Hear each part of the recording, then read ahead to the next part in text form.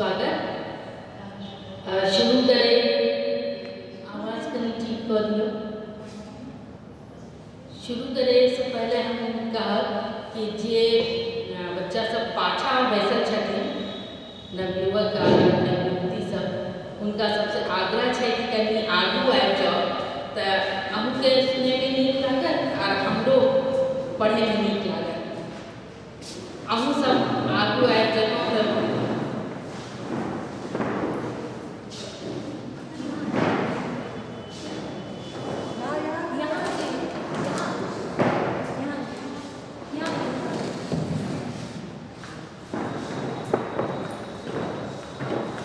और एक विनम्र अनुरोध है कि आजकल सब गोटा के लग मोबाइल रहे तो एक अनुरोध है कि फोन के साइलेंट में कर दियो और नहीं तो ऑफ कर दियो।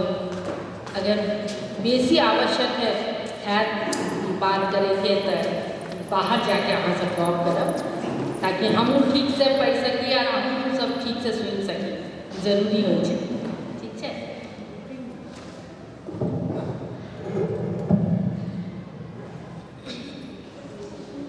एखन हम जे कहानी पढ़ब ये कहानी मनीश्वर नाथ रेणु जी के छै और हिंदी कहानी छै और सबसे पैघ बात कि मधुबनी लिटरेचर फेस्टिवल में ई कथाकार जे कोशी के कथाकार छथिन तो हुनकर पाठ हम करब। कहानी के शीर्षक अछि संवदिया।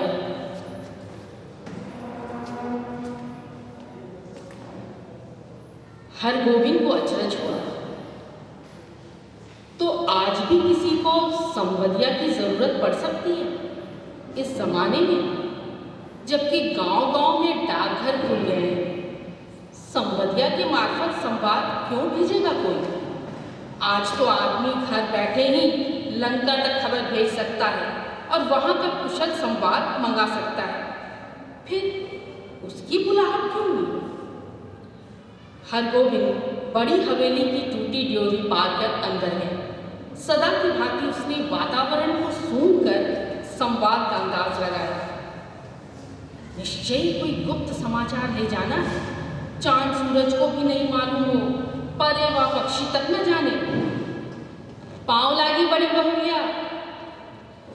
बड़ी हवेली की बड़ी बहुरिया ने हरगोविंद को पीढ़ी दी और आंख के इशारे से कुछ देर चुपचाप बैठने को कहा। बड़ी हवेली अब नाम मात्र को ही बड़ी हवेली है, जहां दिन रात नौकर नौकरानियों और जन मजदूरों की भीड़ लगी रहती थी। वहां आज हवेली की बड़ी बहुरिया अपने हाथ से सूपा में अनाज झटक रही है।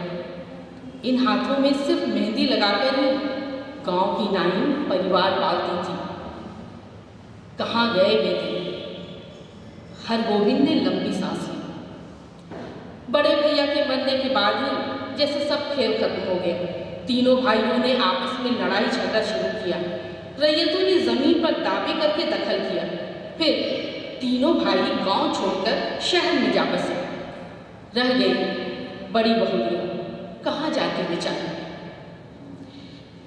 भगवान भले आदमी को ही कष्ट देते हैं, नहीं तो 1 घंटे की बीमारी में बड़े भैया क्यों मरते? बड़ी बहुरिया के देह से जेवर खींच छीन कर बंटवारे की लीला हुई थी। हरगोविंद ने देखी है अपनी आंखों से। द्रौपदी चीर हरण लीला। बनारसी साड़ी को 3 टुकड़े करके बंटवारा किया गया था इस निर्दयी भाइयों ने। बेचारी बड़ी बहुरिया। गांव की मुदियाई बूढ़ी न जाने कब से आंगन में बैठकर बड़बड़ा रही थी। उधार का सौदा खाने में तो बड़ा मीठा लगता है और दाम देते समय मुदियाई की बात बड़ी कड़वी लगती है। मैं आज दाम लेकर ही उठूंगी। बड़ी बहुरिया ने कोई जवाब नहीं दिया। हरगोविंद ने फिर लंबी सांस ली। जब तक मुदियाई आंगन से नहीं टलती, बड़ी बहुरिया हरगोविंद से कुछ नहीं बोलेगी। वो अब चुप नहीं रह सका। मुदियाई काकी, बाकी बकाया वसूलने का ये काबुली कायदा तो तुमने खूब सीखा है। काबुली कायदा सुनते ही मुदियाई तब खड़ी हो गई। अरे चुप रह, मुझसे नहीं मुझके। क्या करूं काकी, भगवान ने मूछ दाढ़ी दी नहीं, न काबुली आगा साहब की तरह गुलजार दाढ़ी। फिर काबुल का नाम दिया तो जी खींच कर बाहर कर दूंगी। हरगोविंद ने जी बाहर निकाल कर दिखलाई, अर्थात खींच ले। 5 साल पहले गुल मोहम्मद आगा उधार कपड़े लगाने के लिए गांव आता था। मोदियाई के ओसारे पर दुकान लगाकर बैठता था। आगा कपड़ा देते समय बहुत मीठा बोलता और वसूली के समय जोर जुल्म से 1 का 2 वसूलता। एक बार कई धार लेने वालों ने मिलकर काबुली की ऐसी मरम्मत कर दी कि फिर लौटकर गांव नहीं आया। लेकिन इसके बाद ही दुखनी मोदियाई लाल मोदियाई हो गई। काबुली क्या, काबुली बादाम के नाम से भी चिढ़ने लगी मोदियाई। गांव के नाचने वालों ने नाच में काबुली का स्वांग किया था। जो मामाड़ा मुल्क जाएगा मोदियाई, हम तुमको काबुली बादाम पिस्टक पिलाएगा। मोदियाई बड़बड़ाती गाली देती हुई चली गई तो बड़ी बहुरिया ने हरगोविंद से कहा, हरगोविंद भाई, तुमको एक संवाद ले जाना आज ही, बोलो जाओगे ना? कहाँ? मेरी माँ के पास। हरगोविंद बड़ी बहुरिया की छलछलाई आंखों में डूब गया। कहिए, क्या संवाद है? संवाद सुनाते समय बड़ी बहुरिया सिसकने लगी। हरगोविंद की आंखें भी भर आई। बड़ी हवेली की लक्ष्मी को पहली बार इस तरह सिसकते देखा है हरगोविंद ने। वो बोला, बड़ी बहुरिया, दिल को कड़ा कीजिए। और कितना कड़ा करूं दिल? माँ से कहना, मैं भाई भाभीयों की नौकरी करके पेट पाल लूँगी, बच्चों की जूठन खाकर एक कोने में पड़ी रहूँगी, लेकिन यहाँ अब नहीं रह सकूँगी। कहना, यदि माँ मुझे यहाँ से नहीं ले जाएगी तो मैं किसी दिन गले में घड़ा बांधकर पोखरे में डूब मरूँगी। बथुआ साग खाकर कब तक जीऊँ? किसके लिए, किसके लिए जीऊँ?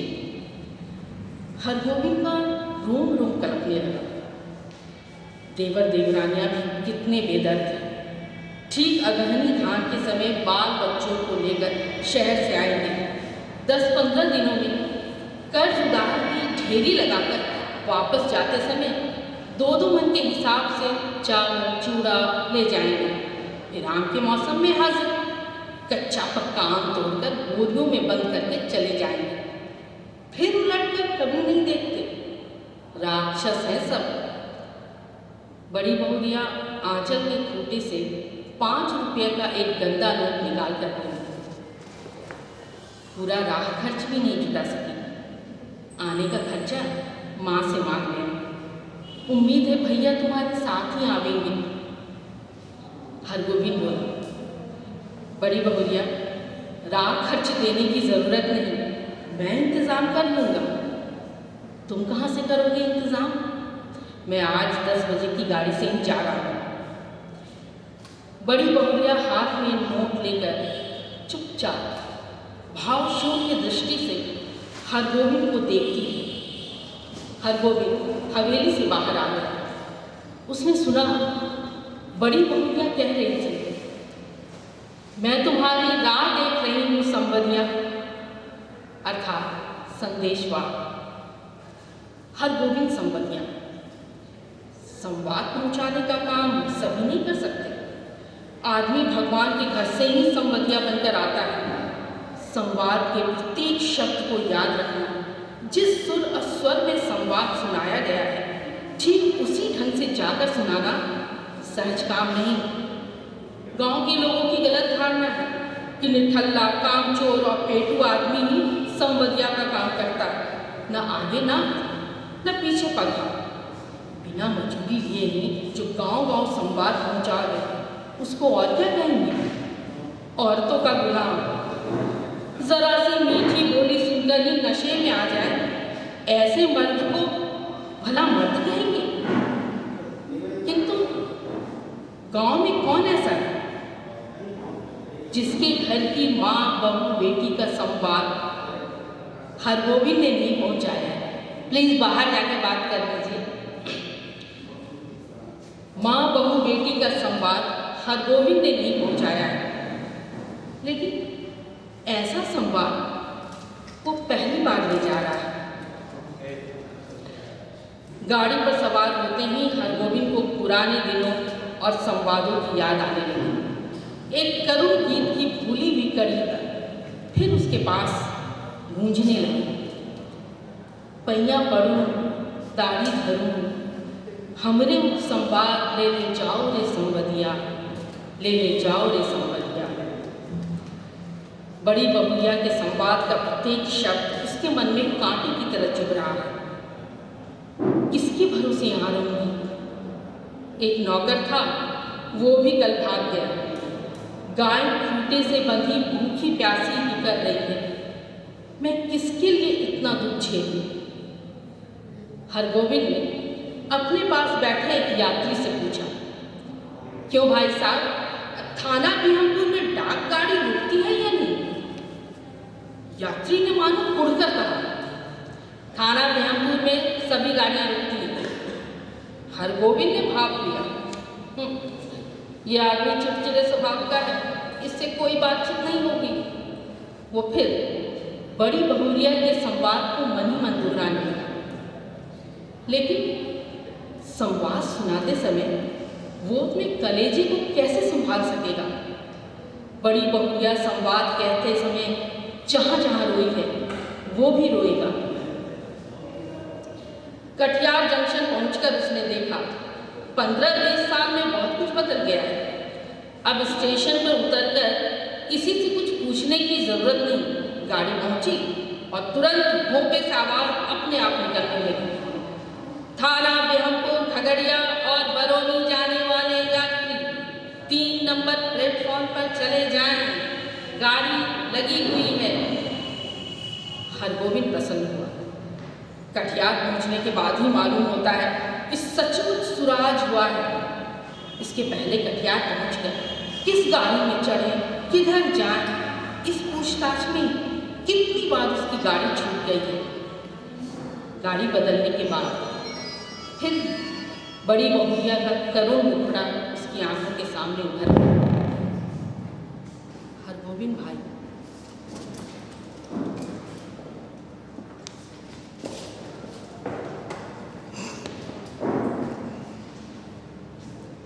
गाड़ी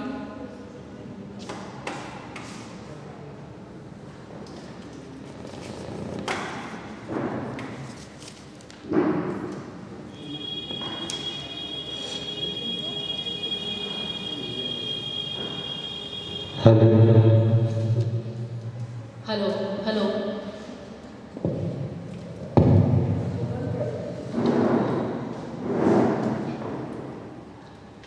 गाड़ी बदलने के बाद फिर बड़ी बहुरिया का करुण मुखड़ा उसकी आंखों के सामने उभर आया। हरगोविंद भाई, माँ से कहना भगवान ने आंखें फेर ली, लेकिन मेरी माँ तो है। किस लिए, किसके लिए मैं बथुआ साग खाकर जीऊँ, कब तक जीऊँ? थाना बिहमपुर स्टेशन पर जब गाड़ी पहुंची तो हरगोविंद का जी भारी हो गया। इसके पहले भी कई बार भला बुरा संवाद लेकर वो इस गांव में आया है, कभी ऐसा नहीं हुआ उसके पैर गांव की ओर बढ़ ही नहीं रहे थे। इसी पगडंडी से बड़ी बहुरिया अपने मैके लौट जाएगी, गांव छोड़कर चली जाएगी, फिर कभी नहीं आएगी। हरगोविंद का मन कलपने लगा।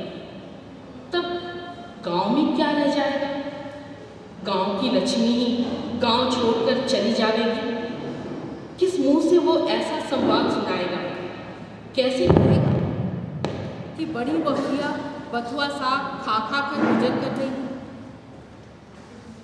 सुनने वाले हरगोविंद के गांव का नाम लेकर थूकेंगे।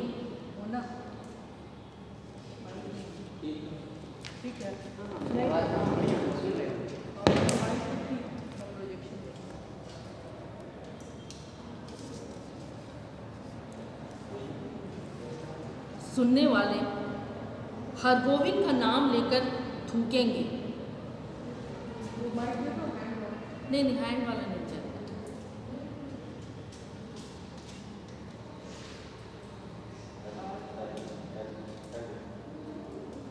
आवाज जा रही मेरी तो पढ़ते हैं ऐसे। Hello hello hello. थोड़ा कम ही रखिएगा, बहुत तेज।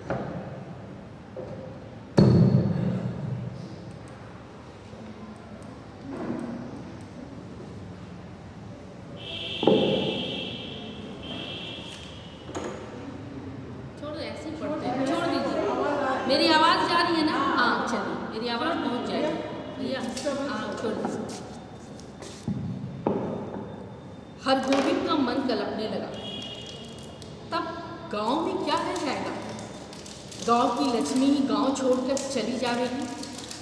किस मुंह से वो ऐसा संवाद सुनाएगा?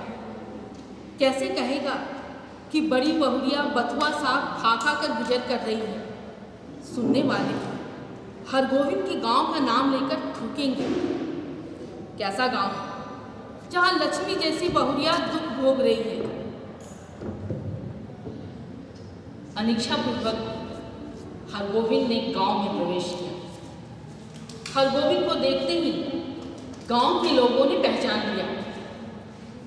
जलालगढ़ गांव का संवादिया आया है, न जाने क्या संवाद लेकर आया है।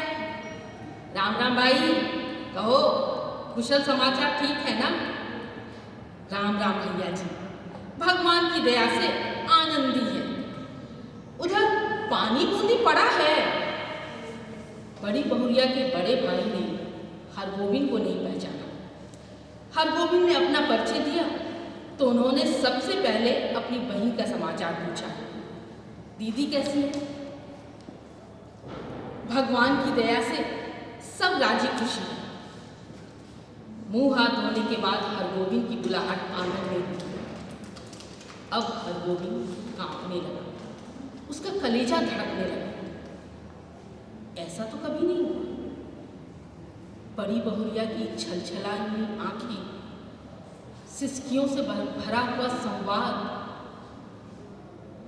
उसने बड़ी बहुरिया की बूढ़ी माता को पांव लाने की। बूढ़ी माता ने पूछा, कहो बेटा क्या समाचार है? माई जी, आपके आशीर्वाद से सब ठीक है। कोई संवाद? हाँ संवाद? जी जिस संवाद तो कोई नहीं। वो मैं कल सिरिसिया गाँव आया था ना, तो सोचा कि एक बार चलकर आप लोगों का दर्शन कर लूं।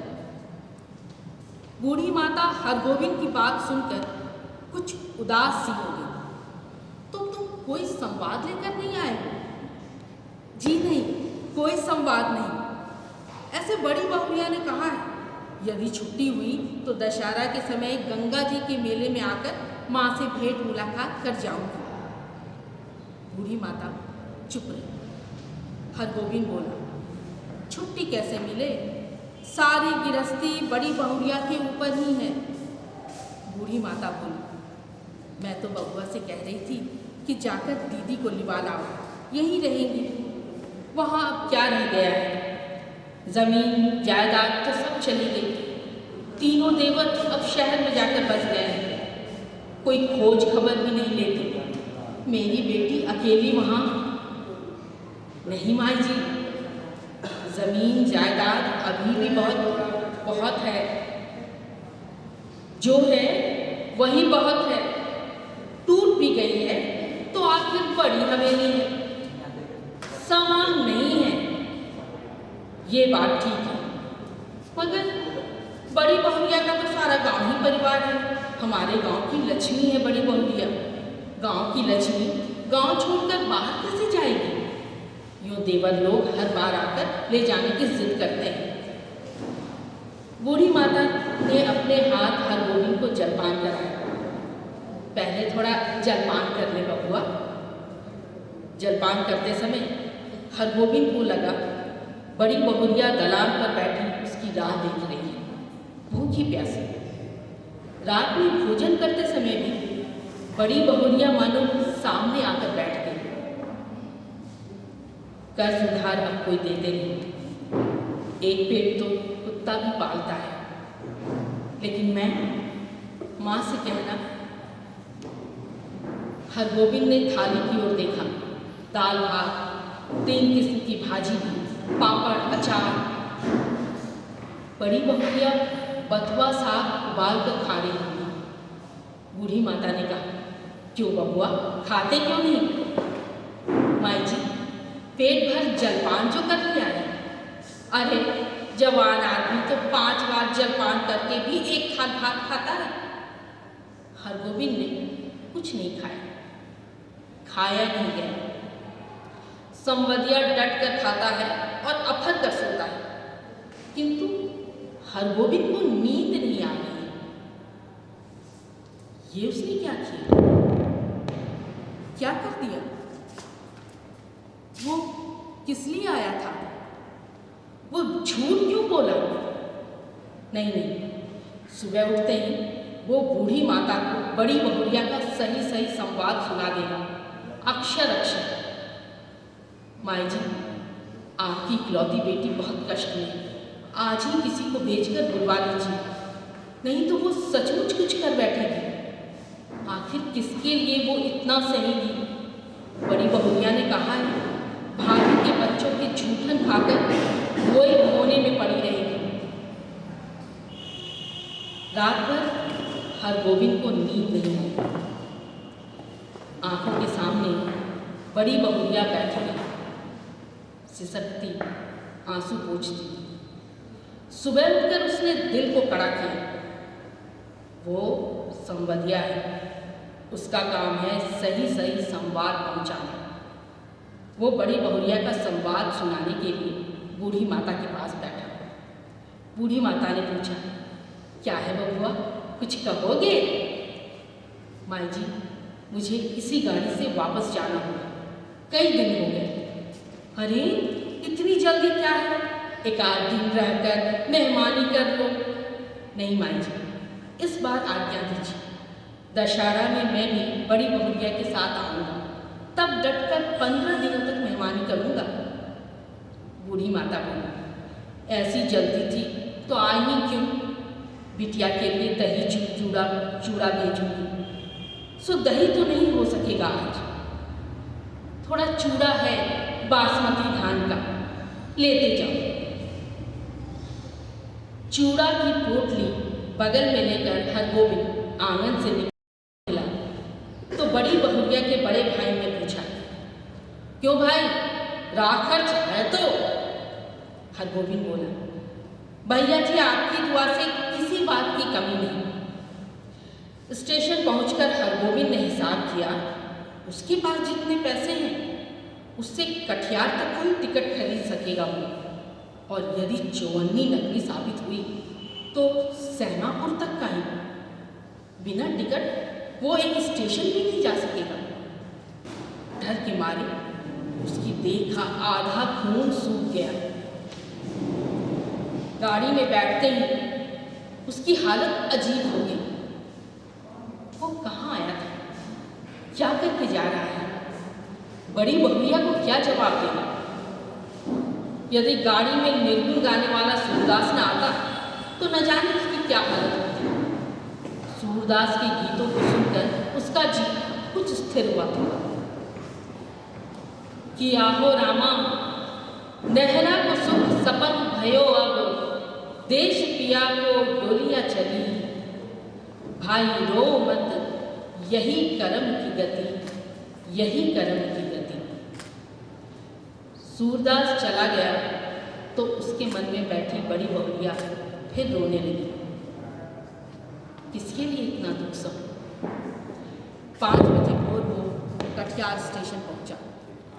भोपे से आवाज आ रही थी, बैरगद्दी, कुसियार और जलालगढ़ जाने वाले यात्री 1 नंबर प्लेटफॉर्म पर चले जाएं। हरगोविंद को जलालगढ़ जाना है, किंतु वो 1 नंबर प्लेटफॉर्म पर कैसे जाएगा? उसके पास तो कटिहार तक का ही टिकट है। जलालगढ़ 20 कोस।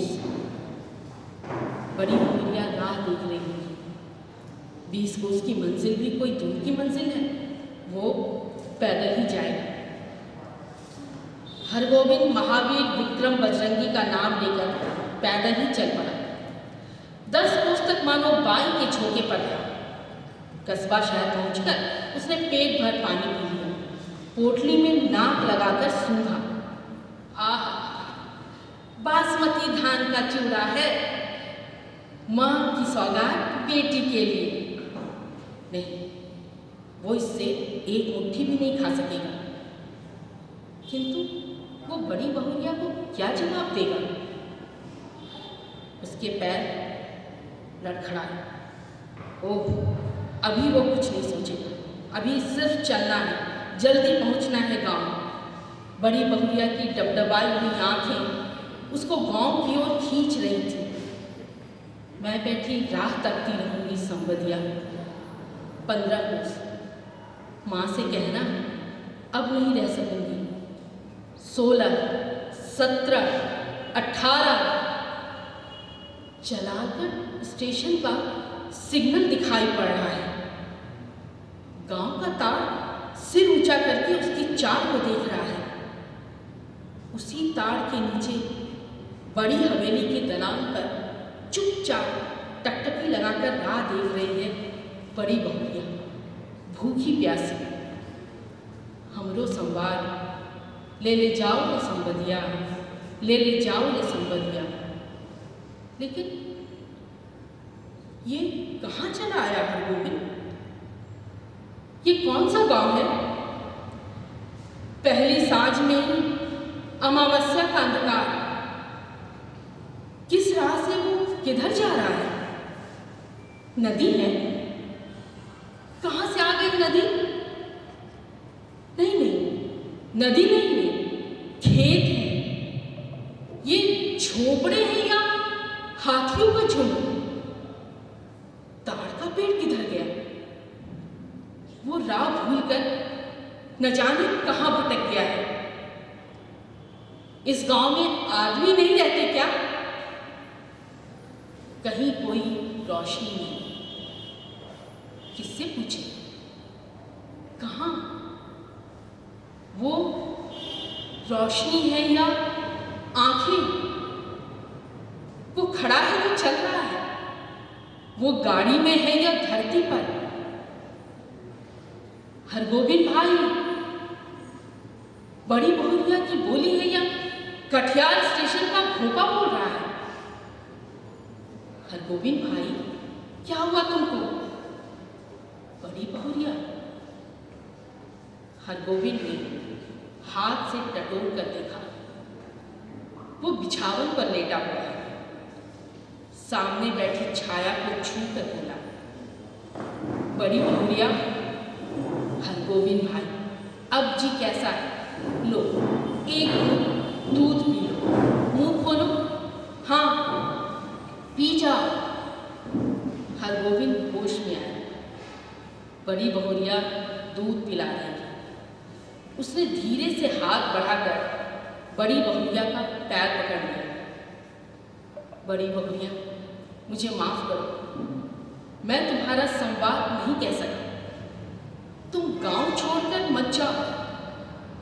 मैं तुमको कोई कष्ट नहीं होने दूंगा। मैं तुम्हारा बेटा।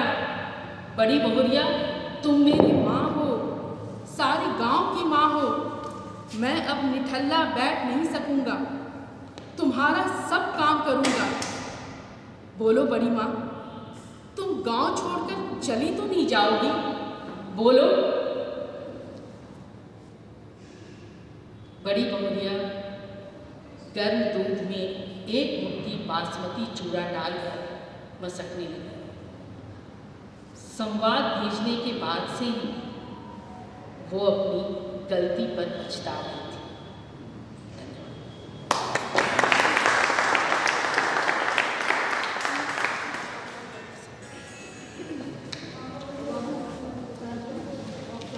कथा संवदिया का आपने इतना सशक्त पाठ सुना। मोना झा जी के सशक्त और अदाकारा मोना झा जी के सशक्त अभिनय की जो झलक थी वो उस कथा के विभिन्न पात्रों के माध्यम से आप सब तक पहुंचा।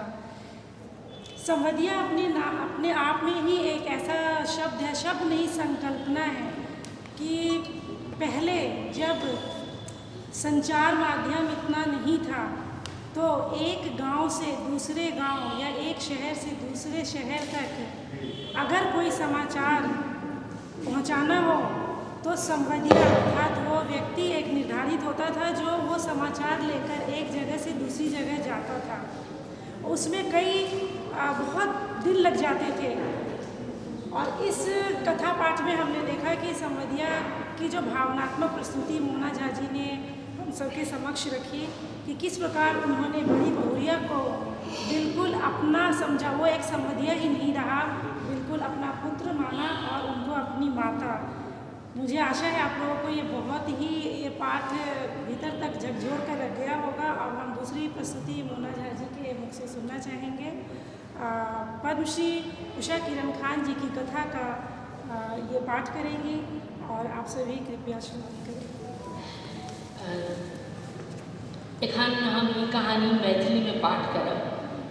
अहाँ सबसे फेर आग्रह अछि कि आना जाना और कुर्सी के आवाज़ से कनी डिस्टर्ब हो छै तो कनी एकर ख्याल राखब और मोबाइलों के बंद कर देब। कहानी के शीर्षक है जानकी। जानकी औंघा गेल रहे।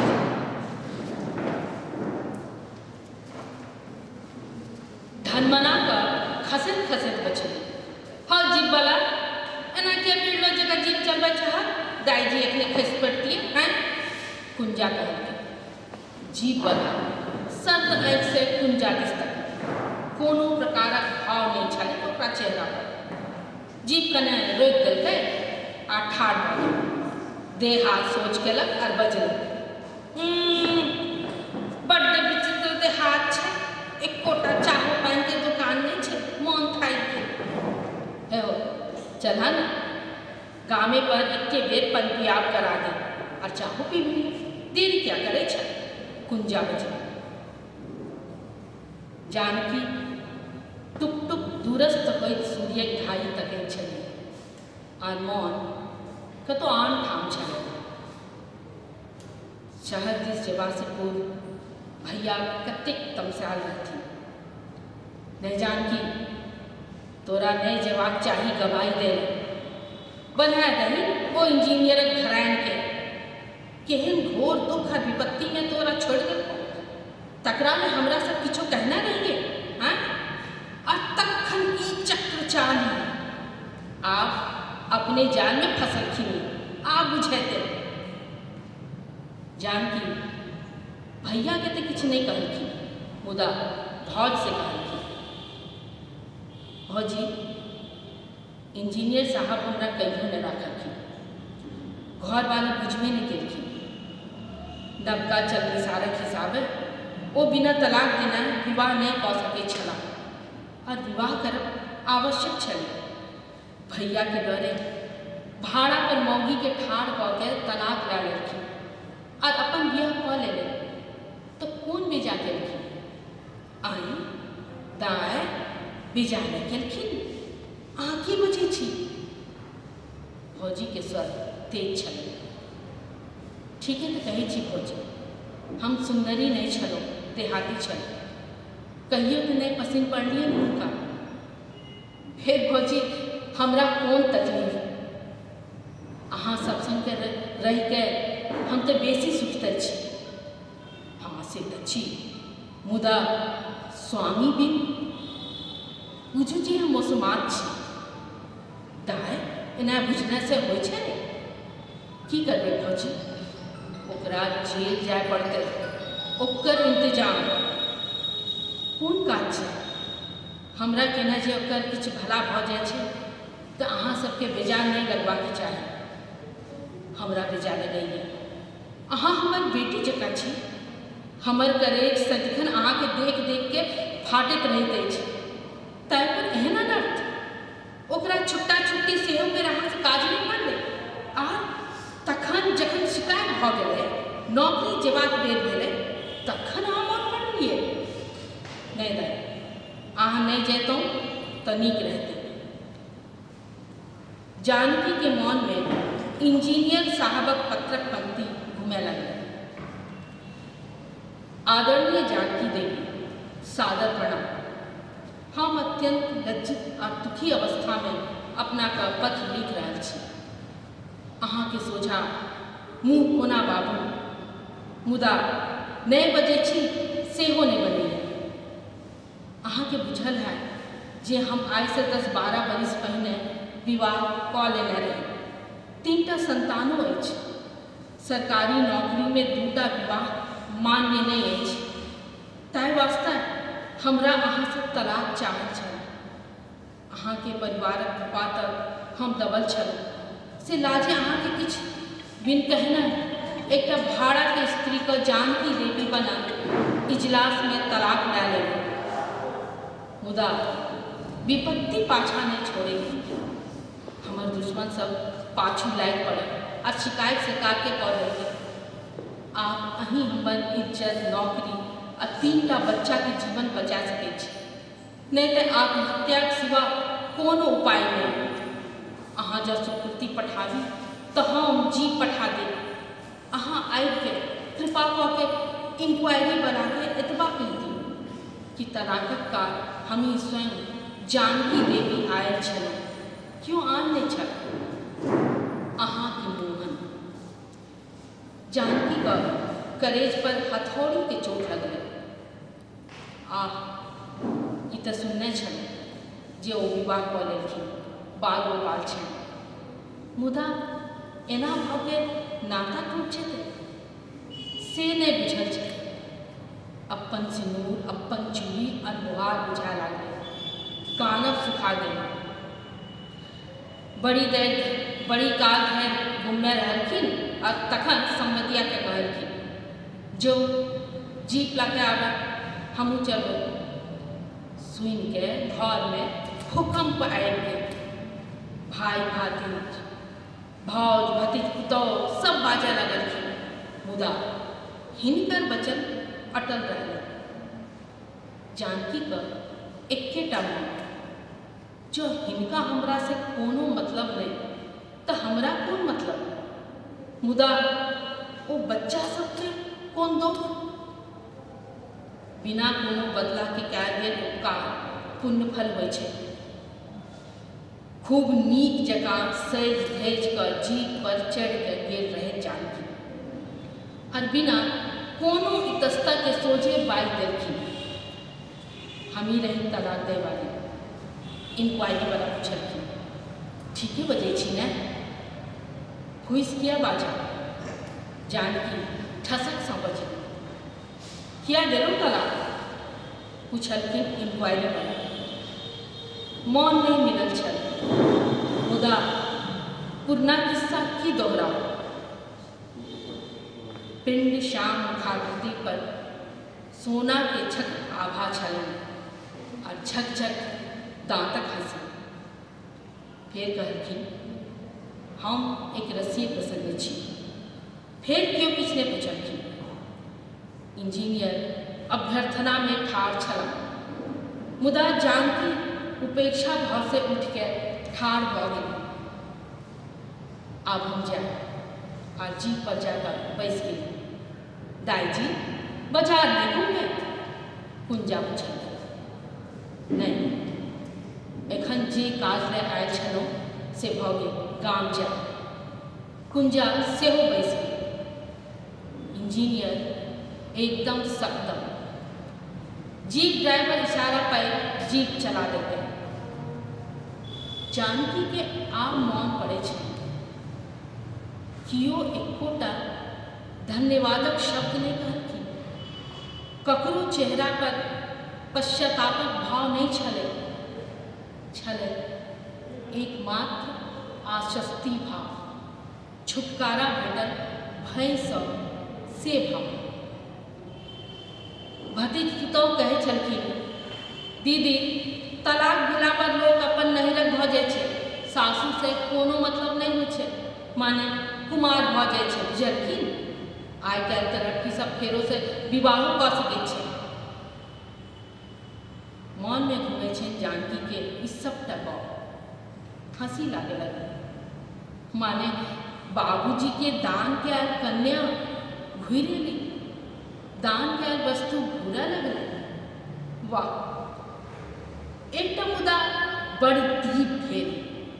जाजी चूड़ी पहिरब, माछ खायब, भवा कर हंसय लगलखिन। जानकी जीप स्टार्ट भऽ गेल छल से केओ ध्यान नहि देलकै, ने कुंजा ने ड्राइवर। धन्यवाद।